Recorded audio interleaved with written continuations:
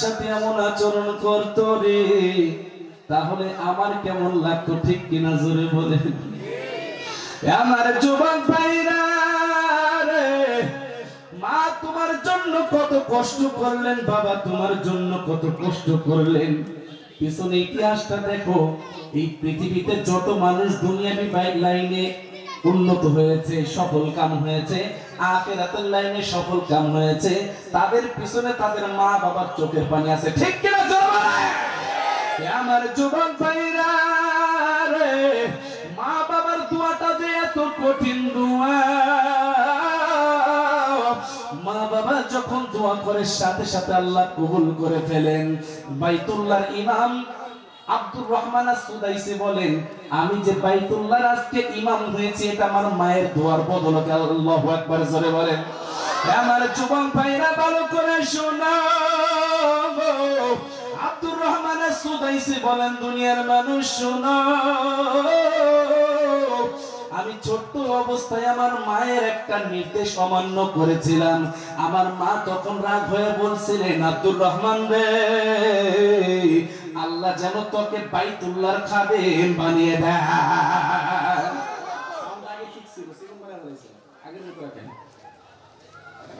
তাহলে বোঝা গেল সন্তানকে দোয়া রাগ হয়ে দিলেও কবুল হয়, আবার খুশি হারাতে দিলেও কবুল হয়, ঠিক কিনা জোরে বলেন। এজন্য তিনি বলেন, যাদের সন্তান আছে, অনেক সময় আমাদের মা বোনদের দেখা যায় সন্তান যখন অন্যায় করে ফেলে তখন তুই মরা পারস না, কয়নি তোর চেহারা যেন না দেখি, তোরে মাটি গুলো কয়নি, কথা কয় না। তিনি বলেন, এই বদদোয়া দিবেন না, এই রাগ অবস্থায় যে আপনি বদদোয়া দিচ্ছেন এটা কবুল হয়ে যেতে পারে। আবার যখন আপনার সন্তান আপনার বদদোয়ার কারণে সে যখন কোনো ক্ষতিগ্রস্ত হয়ে যাবে তখন আপনি আমি তো কই না,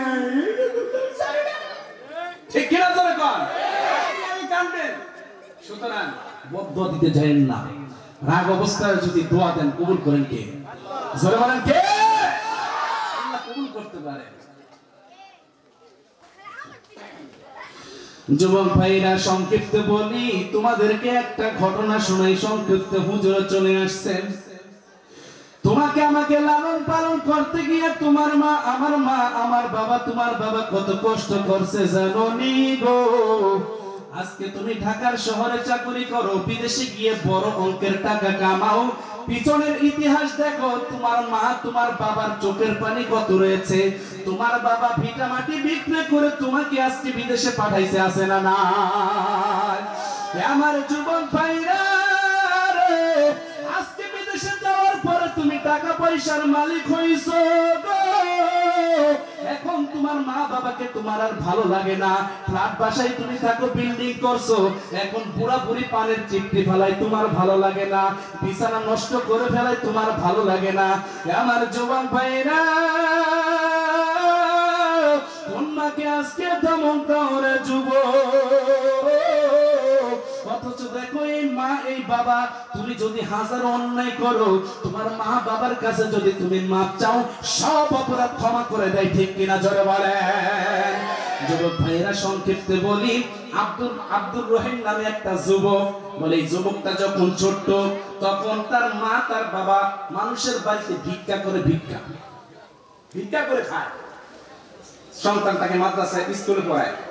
মানুষে বলে, তোমরা এত কষ্ট করো সন্তানটাকে স্কুলে পড়ানোর দরকার কি, হ্যাঁ হোটেলে দিয়ে দাও, হ্যাঁ নিজের পেটও বাঁচলো, তোমাদের কিছু টাকাও দিল।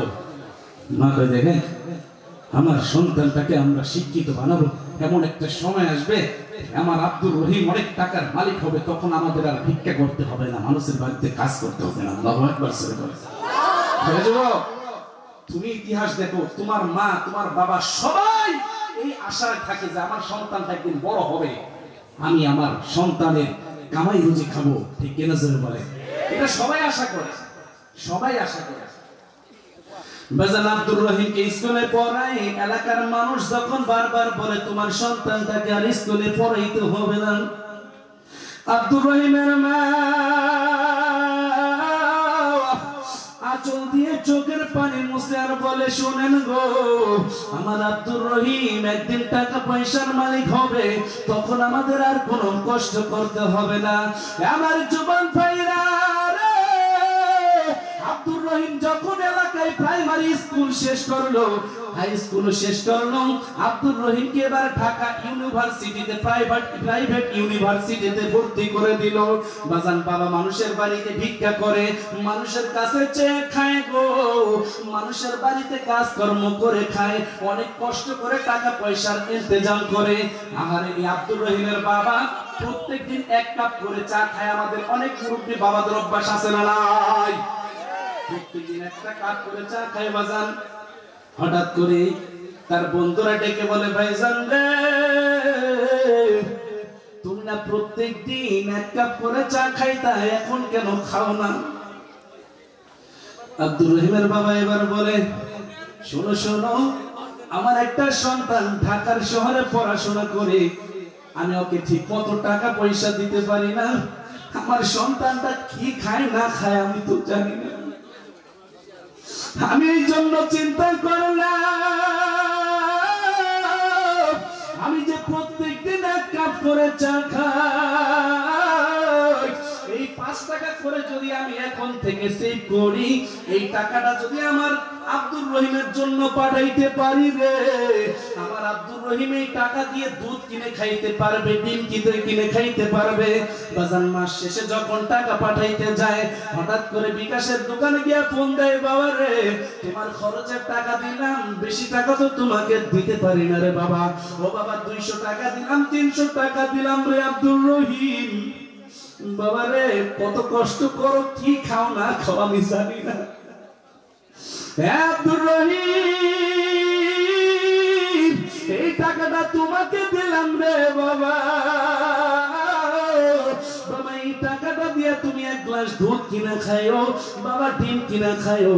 বাজান প্রত্যেক মাসে বাবা নিজের চা খাওয়ার টাকাটা বাঁচিয়ে বাঁচিয়ে সন্তানের জন্য পাঠায়। বাজান ইউনিভার্সিটি যখন শেষ করে ফেললো, সন্তানের এবার ব্যাংকে চাকরি হয়ে গেল। এলাকার সব মানুষদেরকে ডেকে ডেকে বলতেছেন, তোমরা না বলছো আমার আব্দুর রহিমকে স্কুলে পড়াইতে হবে না, দেখো আজকে আমার আব্দুর রহিম ব্যাংকে চাকরি পেয়েছে, আমার আব্দুর রহিম কত টাকা কামাবে, এখন আর মানুষের কাছে আমাদের চাইতে হবে না। আমার আব্দুর রহিম 30,000 টাকা বেতনের চাকরি পেয়েছে। বাবা, মা বাবা এলাকার সব মানুষদেরকে বলে গো, আমার আব্দুর রহিম যখন প্রথম মাসের স্যালারি পাবে, এই টাকা দিয়ে সারা এলাকার মানুষকে আমরা মিষ্টি মুখ করাবো। আল্লাহু আকবার, জোরে বলেন। বাবা, আব্দুর রহিম যখন ব্যাংকে চাকরি নিয়েছে, আব্দুর রহিমের এক কলিগের সাথে সম্পর্ক হয়ে গেছে, কাজী অফিসে গিয়ে বিয়ে করে বাড়িতে চলে আসছে। এই আব্দুর রহিম, এটা কি? বাবা, এটা তোমাদের পুত্রবধূ। হ্যাঁ, কি বলো সেটা? এই তুই কি বলো সেটা? হ্যাঁ বাবা, ওর সাথে সম্পর্ক হয়েছে, এই জন্য কাজী অফিস দিয়ে বিয়ে করে ফেলাইছে। মা কয়, বাবা তুই এটা কি করলি? বাবা কই, তুই এটা কি করলি? এই বড় স্বপ্ন ছিল তোকে নিয়ে, তুই একদিন বড় হবি, চাকরিজীবী হবি, আমরা নিজেরা দেখে শুনে একটা লাল টুকটুকে বউ আনবো, বড় আনন্দ করবো, এলাকার সব মানুষকে দাওয়াত করে খাওয়াবো। তুই এটা কি করলি? আমি এখন এলাকায় কিভাবে মুখ দেখাবো? এরকম লেডিস জন্ডিস আসেনি আমাদের এলাকায়? আছে না নাই? মা বাবা ইমরাতে বিয়া ঠিক করে উমরা দিয়ে তখন আপনি ভাগে মোবাইল লাগে, আছে না নাই? জোরে কোন, ভালো করে চিন্তা করো, তোমার পোলাপান যদি তোমার সাথে এমন করতো তখন কেমন লাগতো? আল্লাহ আমাদের বুঝার তৌফিক দান করেন, আমিন বলেন। বাজান সংক্ষিপ্ত বলছি, আব্দুর রহিমের তখন উচিত ছিল বাবার সাথে তর্ক না করে পা জড়ায় ধরা, ঠিক কিনা? জোরে কোন। আব্বা, ও বাবা ভুল করে ফেলেছি, কিন্তু আব্দুর রহিম রক্ত গরম কইরা বলে, ঠিক আছে বিয়ে করছে, তাতে কি হয়েছে?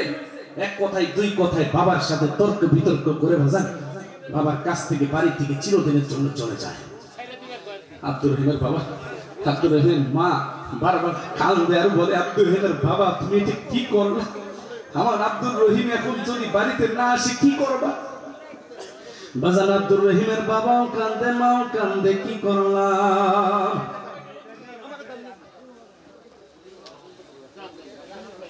এটা আমরা কি করলাম গো? আহারে, রাগ না করিয়া যদি বুঝায় সমঝায় রেখে দিতাম, কি করলাম, এটা কি করলাম? আমার যুবক ভাইরা, আব্দুর রহিম 1 বছর 2 বছর করতে করতে বাবা 25টা বছর চলে গিয়েছে। আব্দুর রহিম বাবা মায়ের সাথে কোনো যোগাযোগ রাখেন। আল্লাহু আকবার, জোরে বলেন নারে তাকবীর।